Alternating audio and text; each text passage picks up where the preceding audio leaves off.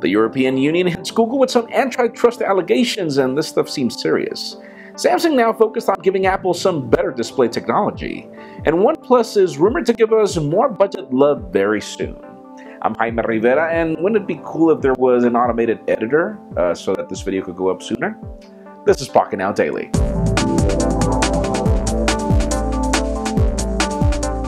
The official news today had to do with Apple, as the company just spent a couple of $1 million in a company called Lynx Technologies because they were interested in their camera software technology. Now, think about this. The company has a couple of patents with this sort of periscope L-shaped design for a camera module with optical zoom, optical image stabilization, and now we have a company with software that provides depth within the software package, meaning that you could actually take a photo and detect where the subject is and remove the whole background in a way to do something similar to what I do with this green screen. Really cool things coming. Let's see if they come for the next version of iOS. Let's keep talking about Apple, but more particularly Samsung, as Samsung is one of Apple's biggest partners when it comes to silicone and a couple of other things, and it seems that Samsung has the secret team of 200 employees working on building display technology for Apple. And hey, AMOLED technology is probably one of our favorite displays lately,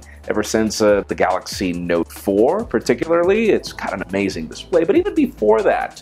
And the reports are that Samsung is working hard on bringing new technology to Apple, but we wonder if it's going to be AMOLED technology, and we'd love that to happen. But we'll see, as IPS technology is getting old. Let's talk about Microsoft's Windows 10. We haven't seen it for tablets yet, only desktops and certain smartphones, but we have some leaked screenshots of Windows 10 working on small tablets.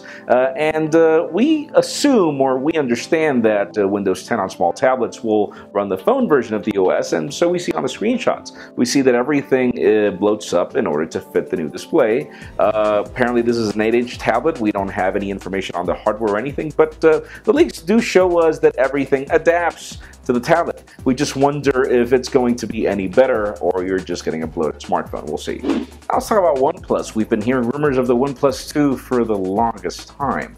It hasn't happened yet, but Bloomberg apparently has some trusted sources that claim that we should get a OnePlus 2 by Q3 of this year. But listen to this. Within the claims, we're not really sure if this is a quotation issue or what, but there is also claim of a budget device for the end of the year. So we're not really understanding if we're getting two products, one budget-minded and another, the OnePlus 2, which was also budget-minded, or if we are getting just one device that's going to be focused on the budget, but then the quarters won't really match. We'll see what we get by later in the next couple of quarters.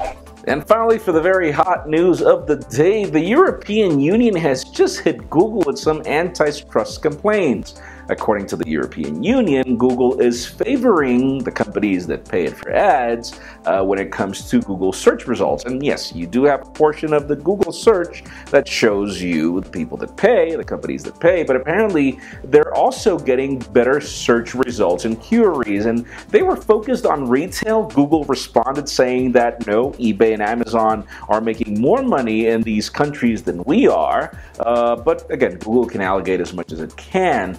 Well, the European Union is waiting for an official response from the company, but it leads me to the question of the day.